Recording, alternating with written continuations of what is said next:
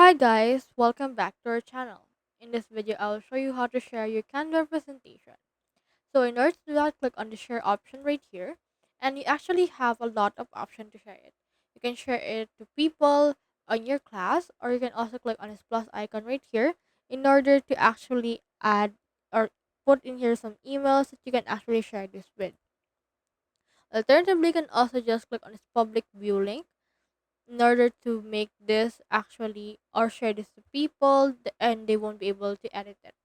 You can also print this with Canva, and then alternatively you can also click on the see all right here. And then from there you can just share it to your Instagram, Facebook, story, Pinterest, LinkedIn, and a lot more. There's actually a lot of things that you can do for this case because this is actually the social. You can also share this or save it.